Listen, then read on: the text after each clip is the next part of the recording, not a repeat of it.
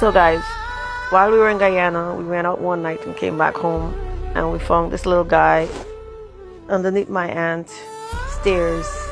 He's just wandering. So I asked my aunt.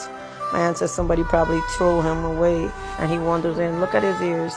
I gave him a shower, and he was crying. And then we looked in his ears, and there were so much tick. At the other side was even more. I just couldn't. I didn't have the heart to flip more. So I went out and get him some medication. I got vitamins. I got deworm medication. And I got something for the tick. This is what the pharmacy recommend. So I bought it. And when I got home, there was a second puppy just wandering the yard.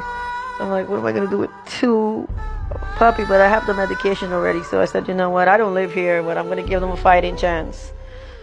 So I decided to give them some help. This is my cousin, my little cousin. He's helping me soak him. I wasn't going to touch him like that. But here he is, getting a soak with the medication. The girl at the pharmacy told me not to give him a bath or anything, and not to wash it off. Just soak him in the water, and not to dry him up. Just let the medication do its thing. So here we are. He's not staying still. Believe it or not, guys, he was crying. He does not want to be touched. He does not want to be, he keeps making these god-awful songs. But here he is. Here he is. I'm not good with the camera because I don't know. There he is. He got soaked and he's out of there. I soaked the other one too, but I didn't video that. But here he is. He went for a walk. I named him Bruno. And I don't know who could stray these little puppies like that. Just throw them away. He wasn't moving when we found him the night. He was moving. He was just there, lifeless. I gave him some milk, and the next day, when we got up, I found him not moving still, and then I gave him a bath and saw all that tick in his ears. Look at the little guy. The girl said not to dry him off, so I wasn't trying to dry him off. I was just trying to let him, do its thing, because he doesn't want to be held or touched by anybody. He just wants to be left alone. But this is him. I don't live there, so when I come back, they're on their own. I felt bad. I tried to convince my aunt to take them, and she agreed.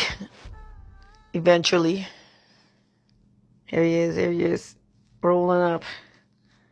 He doesn't want to stay wet. This is me trying to give him the vitamins. This is after all the tick fell out of his ears and all that, but there's still a few left.